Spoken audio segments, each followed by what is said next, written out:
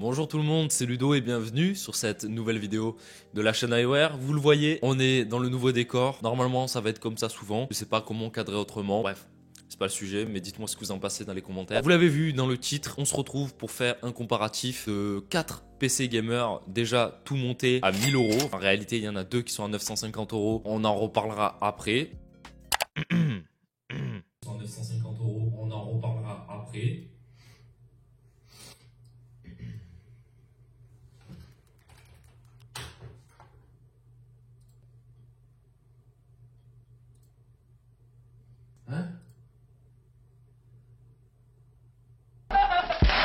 Je tiens d'abord à préciser que je n'ai été contacté par aucun des sites internet ni aucune des marques, pas par LDLC, pas par FlowUp, pas par personne, tout simplement. Je tiens aussi à dire que je n'ai rien contre FlowUp, parce que peut-être qu'il y en a qui ont vu ma vidéo sur FlowUp qui est sortie il y a quelques mois, ils vont me dire ah t'as un problème avec FlowUp, j'ai rien contre eux vraiment. Juste ils commencent à grandir et à prendre de l'importance et de plus en plus de monde qui commande un PC gamer chez eux. Donc je me suis dit que c'était intéressant plutôt que de comparer avec Memory PC qui sont beaucoup trop cheatés. Ils ont un peu des codes de triche disons pour vendre des configs ultra intéressante à des prix défiant toute concurrence. J'ai préféré mettre FlowUp qui est un acteur francophone tout simplement. C'est plus équitable je trouve. Donc j'ai déjà un peu spoil et de toute façon vous l'avez vu avec la miniature si vous l'avez regardé, en tout cas j'espère parce que je me casse assez la tête sur mes miniatures. Donc on va comparer un PC gamer de chez AWIT, donc disponible sur Amazon, un PC gamer de chez FlowUp, un PC gamer de chez nos chers amis français de chez LDLC et un PC gamer de nos chers amis français aussi de chez Rue du Commerce.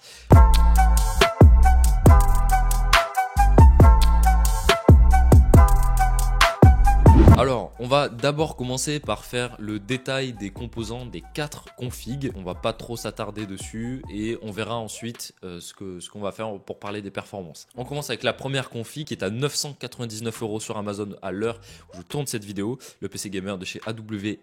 Dedans, on retrouve un i5 11400F, donc de 11e génération. Une carte mère Gigabyte H510MH, 2 x 8 Go en DDR4 3200 MHz, mais de la RAM verte ADATA. Un SSD ADATA de 240 Go, alors un M.2 NVMe ou un 2,5 pouces, on ne sait pas. Une RTX 3072 Go de chez PNY, un HDD 1 Tera de 7200 tours par minute, bon, du classique. Une clé Wi-Fi, mais pas une carte Wi-Fi me semble, si je me rappelle bien du commentaire. Windows 11 est monté et l'alimentation qui est no name, on ne connaît pas. Alors on va parler vite fait des composants. Déjà, on est sur de la 11e génération Intel pour le processeur, ce qui fait qu'on est l'avant-dernière, parce qu'actuellement la dernière génération est la 13e, ce qui est une génération qui fonctionne encore très bien, hein. Si vous vous intéressez aux composants d'occasion, vous savez que même les 6e génération fonctionnent encore assez bien, même si ça commence à vieillir, mais de toute façon la 11e c'est quand même pas trop vieux, donc ça va encore carburer, vous en faites pas. La carte mère qui n'est pas folle, c'est vraiment le minimum pour une config comme ça.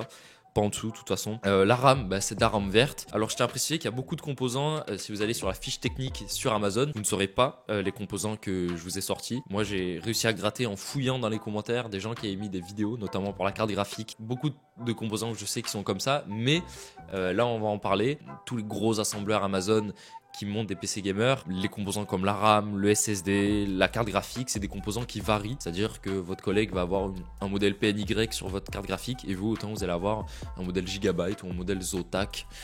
Bon, c'est comme ça. Mais bon, il y a des modèles qui sont quand même meilleurs que d'autres, même si à l'intérieur, la puce, ça reste une 3060 12 Go. Très bon point d'ailleurs que ce soit une 12 Go et pas une 8 Go. On va en parler après pour une autre config. Voilà, bon, que dire de plus, c'est une jolie config basique pour 1000 €. On parlera pas du SSD dont la durée de vie risque de pas être très très grande. La RAM verte c'est dommage pour 1000 €, franchement vous mettez 1000 € dans un PC, vous avez de la RAM verte, ça va marcher hein, ça va un peu chauffer sur certains jeux, mais franchement 1000 € en plus c'est un PC avec un boîtier où il y a une vitre, c'est un boîtier qui n'est pas moche, mais vous avez une vitre donc vous avez vu sur les composants et vous avez vu sur de la RAM verte pour 1000 balles quand même. Ça fait mal je trouve. Deuxième config, on est chez FlowUp, nos amis belges avec le FlowUp Bengal. Donc là c'est la version white, en ce moment c'est une édition limitée. Normalement c'est un boîtier noir, enfin bref. C'est une très jolie config ça, au niveau esthétique FlowUp font de très beaux boîtiers. On va pas se mentir et lui il est à 949 €. Bon, les amis, l'heure est très grave. Vous l'avez vu en début de vidéo, j'ai un peu le seum. Tout simplement parce qu'entre le moment où j'ai écrit cette vidéo et le moment où je l'ai tournée, c'est-à-dire moins de 24 heures quand même, j'ai un peu le seum.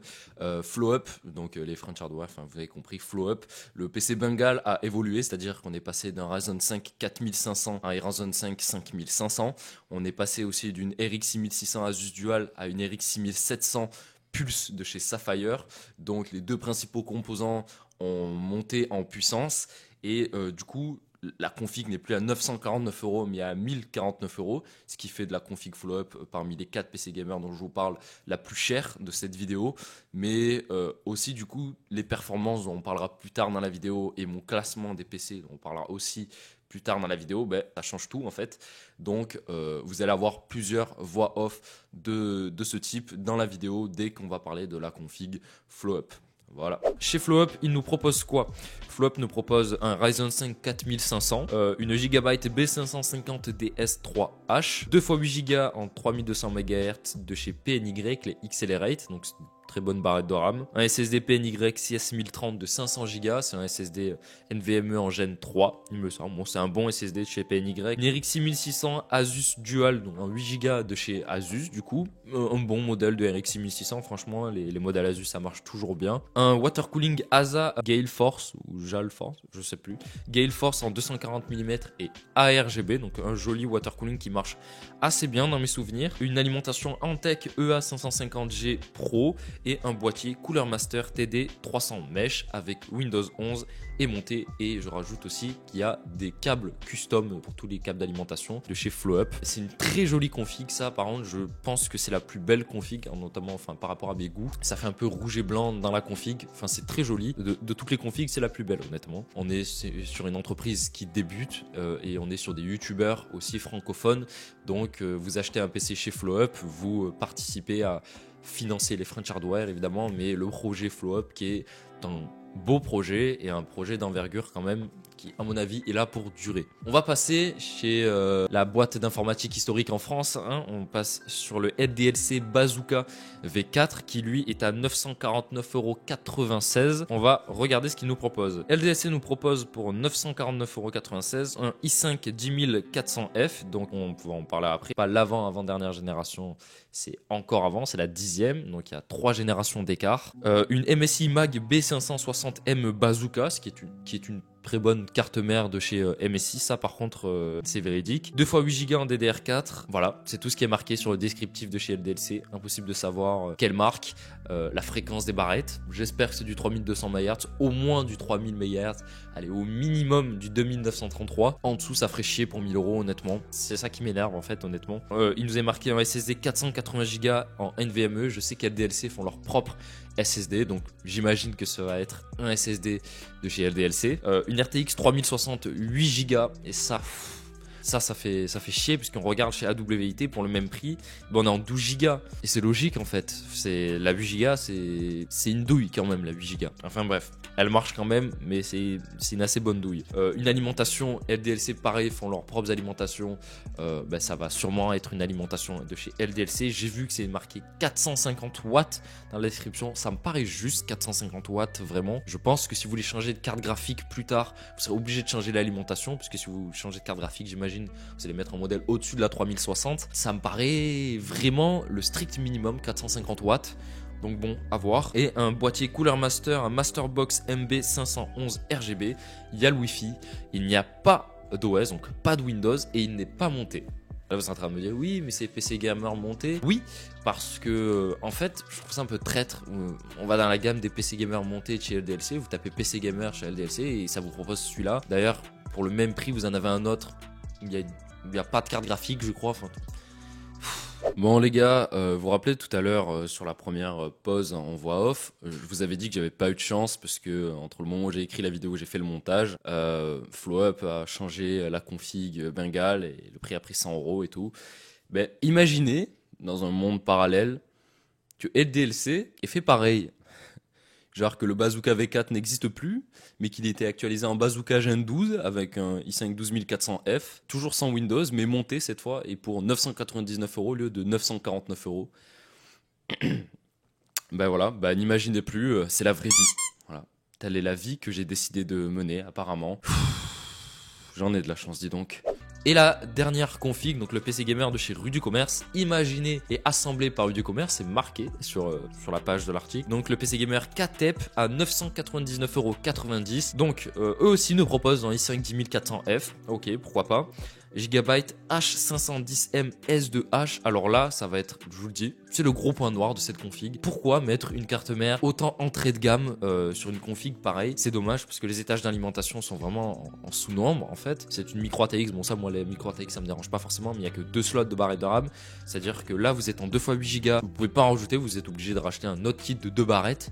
Pourquoi avoir fait ça? Pourquoi avoir mis cette carte mère? Enfin, c'est vraiment dommage parce qu'elle est vraiment très entrée de gamme et pour 1000 € on s'attend quand même à avoir une carte mère au moins milieu de gamme qui peut faire tourner à peu près tous les processeurs. On va partir sur la RAM de cette config. La très bonne barrette de RAM est très jolie d'ailleurs. 2x8 Go en 3333 MHz de chez Aorus. C'est des barrettes de RAM RGB. C'est des barrettes de RAM qui coûtent assez cher dans mes souvenirs, mais c'est de très belles barrettes de RAM si vous aimez le RGB. Pas trop fan du RGB et tout, mais force est de constater que je les trouve très jolies. Un SSD Gigabyte de 485 Go, 480 Go en 2,5 pouces. Là, dommage, je comprends pas trop.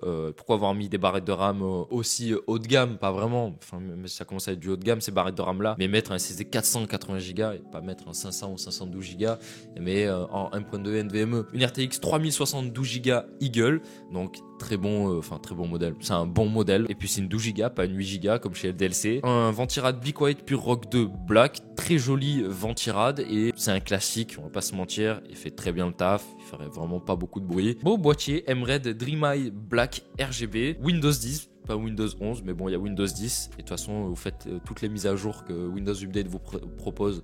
Juste après, une fois que vous avez fait toutes les mises à jour, il va vous proposer de faire la migration vers Windows 11 qui est gratuite. Pourquoi ne pas l'avoir mis en Windows 11 directement? Je comprends pas trop, mais il est monté. Et pour l'alimentation, j'ai failli oublier, c'est une Seasonic G12 GC 650 watts en 80 plus Gold. 4 jolies configurations, même si je trouve le move le plus bizarre est chez LDLC. On a 4 configurations qui se tirent à peu près la bourre. On passe maintenant au benchmark de ces 4 configurations. Alors là, je pense que c'est le plus gros disclaimer que je peux vous faire. Les benchmarks que je vais vous donner ne valent pas réellement grand chose, c'est plus pour avoir un ordre d'idée. Parce que en réalité j'ai fait attention de chercher des benchmarks sur YouTube. Les cartes graphiques ne sont pas overclockées, les processeurs aussi évidemment. Bon, évidemment, les chiffres que j'avais et les recherches que j'ai fait, enfin toute la séquence vidéo ne veut absolument plus rien dire étant donné que la config Bengal a changé entre le tournage et le montage. Et pareil pour la config Bazooka de chez LDLC. Du coup, on va le faire en voix off. Je tiens à préciser que pour Follow Up, tous les chiffres sauf Fortnite et Apex sortent de leur site. Et tout le reste, pour tous les autres configs, j'ai fait des recherches sur YouTube. Alors pour commencer, tout en 1080p évidemment. Valorant 340 FPS de moyenne. GTA 5 122. Warzone 2 109. Fortnite 126 en épique. Apex 212 en ultra. Pour la config LDLC Bazooka Gen 12 en 1080 aussi, évidemment tous. Valorant 308 FPS de moyenne, GTA 5 139 en ultra, Warzone 102 en ultra élevé, Fortnite en 95 de moyenne en épique et Apex 149 en ultra. Pour la config ADWIT, pareil, Valorant 305 FPS de moyenne en low, GTA 5 135 en ultra, Warzone 227 en ultra, Fortnite 167 en épique et Apex 223 en very low. Et enfin pour le PC KTEP de chez Rue du Commerce, Valorant 196 de moyenne en low, GTA 5 118 de moyenne en ultra, Warzone 2 96 en ultra aussi, Fortnite 224 en low et Apex 214 en low. Voilà. Bon, on va finir cette vidéo, enfin plutôt le classement que j'avais prévu de le faire comme ça parce que c'est beaucoup trop compliqué pour moi au montage de tout modifier, etc. Ça me fait faire beaucoup trop de cuts et puis je vais pas jeter à la poubelle 1 heure de rush. Non, vraiment pas. Enfin bref, désolé pour cette fin de vidéo qui est très ghetto. J'espère que ça vous plaira quand même. N'hésitez pas à vous abonner et à liker parce que je lâche pas, puisque l'ancien moi aurait abandonné et c'est pour ça que j'aurais pas eu de vidéo pendant 1 an. Voilà, je tiens à préciser. J'avais prévu de faire un classement des 4 meilleurs PC, c'est-à-dire par rapport à certains de mes critères, la puissance, l'esthétisme, l'expérience client, etc. et de classer du meilleur au dernier, donc 1, 2, 3, 4. Donc c'est ce qu'on va faire et de toute façon mon classement a changé étant donné que la config Bengal a changé et que que la config LDLC aussi a changé. Donc première position qui je mets, et ben du coup elle s'en sort mieux que dans la première version de la vidéo, parce que oui, la config Bengale de chez Flop, je la mets en première position. Non, alors non, enfin je vais être très cru, mais je suis pas un suceur Flop, vraiment pas, et je suis pas là, enfin bref. Juste que à la base ils étaient en 3ème position dans ma vidéo, dans la première version, mais du coup effectivement la config a pris 100 €, mais on a une RX 6700 avec 10 Go de VRAM, ce qui est quand même bien mieux, et on a un processeur aussi qui est au-dessus, c'est le Ryzen 5 5500. Donc effectivement la config est plus puissante tout simplement. Et puis chez FlowUp, on voit, on a un descriptif détaillé de chaque composant, on sait ce qu'on va avoir jusqu'au câble custom. Ça j'aime beaucoup personnellement, parce que chez LDLC c'est pas le cas. Chez ADWIT il faut chercher dans les commentaires pour voir ce que les gens ont reçu. Donc comment dire que sur cet aspect là c'est les meilleurs, avec le PC KTEP de chez Rue du Commerce d'ailleurs qui s'en sort très bien, parce qu'on voit dans les performances que je vous affichais, enfin dans les benchmarks que je vous ai sortis, qui, je le redis, pour toutes les configs ne valent pas dire grand chose, à part pour FlopUp parce que c'est leurs propres chiffres, sauf pour Fortnite et Apex. C'est franchement intéressant comme config. Après 49 € en trop peut-être. Après, vous achetez chez FlowUp, vous aidez une entreprise francophone qui débute, vous aidez une petite entreprise entre guillemets à démarrer, et c'est franchement un beau projet. Et de toute façon, il nous faut des acteurs comme FlowUp qui viennent sur le marché, parce que on espère, en tout cas moi j'espère qu'ils grandiront, histoire de pouvoir bouger un peu certains, et de toute façon faire de la concurrence aux plus gros, notamment LDLC qui fait un peu n'importe quoi, je trouve, même si là franchement sur ce PC ils sont vraiment pas mal, et on va en reparler après. Donc bravo FlowUp. Niveau esthétisme, moi je l'aime beaucoup, mais ça c'est personnel. Détail des composants et le choix, c'est harmonieux, c'est équilibré, c'est bien. Voilà, c'est au rendez-vous. Chapeau. Deuxième position, tout simplement le Rue du Commerce, le KTEP. Donc joli PC franchement. Avant cette vidéo, j'avais vu passer une vidéo de je sais plus qui testait un PC gamer Rue du Commerce. Bref, je savais vaguement Rue du Commerce faisait un PC, mais je savais pas qu'il était assemblé et imaginé par eux. C'est marqué sur l'article, je le redis. Donc PC gamer Rue du Commerce avec un i5 de 10e génération. Je comprends pas vraiment ce choix, mais ça performe beaucoup. Donc tant mieux, ça performe beaucoup. Alors c'est sûr, ça sera pas au niveau du 12e génération de chez Intel qui a dans le PC de chez LDLC, parce que tout simplement le i5 10400F vous permettra uniquement de faire du gaming. Vous allez pouvoir vous dépanner sur du petit montage 1080p comme moi je le fais avec mon Ryzen 5 5600X, parce que quand je fais du montage en 4K c'est vraiment lourd. D'ailleurs cette vidéo, vous la remarquez, n'est pas en 4K pour les habitués, parce que la vidéo est très longue, ça m'a demandé un temps fou si j'avais fait le montage en 4K. Du coup c'est comme ça, voilà, de toute façon vous n'avez pas le choix. Bref, j'aime bien le processeur qui carbure encore même aujourd'hui. Il faut arrêter de vouloir tout le temps la dernière génération, ça ne sert absolument à rien et ça ne veut absolument rien dire. On est dans une frénésie de n'importe quoi. Là ça marche encore, eux ça leur permet de faire des économies, et vous ça vous permet quand même de jouer dans de bonnes conditions. Après du coup le choix de la carte mère, ça par contre je comprends pas. Très entrée de gamme encore carte mère, ça va peut-être même brider le processeur, pas sûr, je peux pas vous dire, j'ai pas eu le PC en lui-même entre les mains. Après RTX 3060 12 Go, ça c'est un très bon point. La RAM très belle, barrette de RAM, donc bon, je vois pas l'intérêt, comme je vous l'ai dit, de mettre des barrettes aussi haut de gamme dans un PC comme ça. Autant mettre une meilleure carte mère peut-être, ou un meilleur processeur. C'est bien dommage honnêtement. Après tout le reste est vraiment très bien fait. Par exemple on aurait pu ne pas mettre de ventirad en plus, ça aurait permis de mettre un meilleur processeur et une meilleure carte mère. Et là en fait il a failli être parfait ce PC honnêtement, mais dommage, ils ont eu un petit raté. Troisième position, le PC gamer de chez LDLC. Ils s'en sortent pas trop mal, parce que je rappelle, LDLC sur leur PC Bazooka Gen 12, ils ont peut-être un i5 12400F qui peut faire plus que du gaming quand même, grâce au cœur efficient et au cœur puissance, si je me souviens bien. Donc c'est vraiment un PC qui est assez complet pour le coup, pour 1000 €. Mais il n'y a pas Windows, tout simplement. Pour un PC gamer monté, je me mets à la place de quelqu'un qui cherche un PC gamer déjà tout monté, tout prêt à l'emploi. Quand je le reçois, il n'y a pas Windows. Je suis oh, pourquoi? C'est pas cool. Non, voilà. Et puis de toute façon, on peut rajouter le fait qu'on n'a pas la précision exacte de chaque composant. par exemple le modèle de la carte graphique. On dit RTX 3068 Go, déjà c'est une 8 Go, et puis quel modèle, on sait pas. Pareil pour la RAM, hein, 2 fois 8 Go en DDR4, c'est tout ce qu'on sait. Et encore, je dis 2 fois 8 Go depuis le début de la vidéo, mais c'est juste écrit 16 Go en DDR4 dans mes souvenirs, donc c'est peut-être même pas 2 fois 8 Go. On peut pas savoir quelle RAM, quelle marque, barrette verte peut-être, j'espère pas. Un peu dommage ce refresh du Bazooka V4, parce que comme je vous l'ai dit en début de vidéo, à la base j'avais fait cette vidéo en partant sur la config Bazooka V4 qui n'existe plus, qui a été remplacée par la Bazooka Gen 12. Bah, on fait avec, on n'a pas le choix. Et enfin, dernière position, du coup, vous l'avez compris, le PC de chez ADWIT. J'ai dit AWIT toute la vidéo, ça vous a énormément frustré, j'en suis sûr. Bah, désolé, je viens à peine de me rendre compte de ça au montage. Voilà, c'est la vie. Cette config aurait pu être pas mal, honnêtement. Dommage, la RAM verte à data. Bon, ça, on est habitué avec les assembleurs de chez Amazon, tout simplement. Et puis le SSD ADATA, pareil, dont on ne connaît pas l'efficacité et dont je sérieux doute sur la durée de vie. Pareil pour l'alimentation no name, ça c'est jamais bon signe dans tous les cas. Ça peut dépanner hein, si vous avez un très petit budget et pour pas très longtemps et sur pas de très grosses cartes graphiques.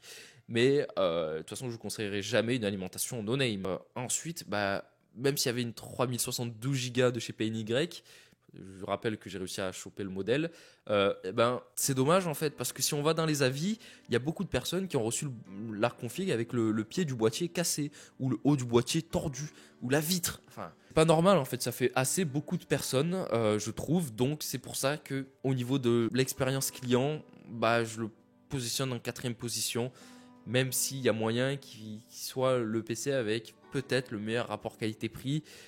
Il aurait pu, si seulement c'était pas de la RAM verte, si seulement il n'y avait pas mal de ces points noirs. Moi, ce que je vous recommanderais, ce serait ou le flow-up ou évidemment, dans une autre mesure, si vous voulez, le PC Gamer assemblé le plus rentable qui n'a pas été mis dans cette vidéo parce que c'est pas du jeu en fait. C'est un peu. Eux, ils ont des codes de triche pour leur PC, c'est pas possible. Mais Memory PC font les meilleurs PC Gamer montés en termes de rapport qualité-prix. Par exemple, pour 950 € chez Memory PC, vous avez une RX 6700. C'est juste que c'est trop cheaté. Memory PC, c'est des Allemands, c'est des grossistes qui achètent en d'énormes quantités. Ils jouent un peu dans une autre cour que les 4 personnes que nous avons présentées ici. Voilà, j'espère que cette vidéo un peu différente de d'habitude vous aura plu. Je tiens toujours à préciser, je n'ai été contacté par personne, que je n'ai favorisé personne, que c'est par rapport à mes critères personnels qui sont de l'esthétisme, choix des composants, fiabilité, au niveau de la livraison, etc.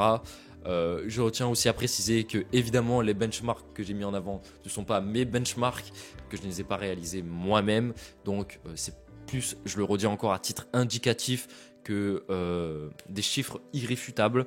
Donc voilà, venez pas m'attaquer en commentaire, j'ai précisé à cette fois, je pense c'était plus une vidéo pour le fun et pour comparer qui s'en sortait le mieux entre ces 4 gros sites internet, puisque FlowUp est quand même en train de monter à une vitesse assez ahurissante. Voilà, c'était Ludo de la chaîne iWare. Si cette vidéo t'a plu, je t'invite à mettre un énorme pouce bleu, ça m'aide vraiment beaucoup, ça aide vraiment la chaîne à avancer et à monter et à proposer de nouvelles vidéos et de nouveaux concepts. Comme ça, moi, ça me motive. N'hésite pas évidemment à t'abonner et à activer les notifications pour rater aucune des prochaines vidéos, notamment par exemple une config à 300 € en occasion qui arrive normalement le mois prochain parce que niveau sous, c'est pas trop ça en ce moment, je m'étais frais sur mon véhicule, ça fait mal. Mais ça arrive normalement le mois prochain et d'autres vidéos de test par exemple. Je t'invite à aller voir ma dernière vidéo, j'ai testé un PC gamer portable de chez MSI. Voilà, il y a plein de vidéos de tests, donc une 1660 Ti, je pense que tu peux trouver ton bonheur. Bref, c'était Ludo de la chaîne iWare, ciao.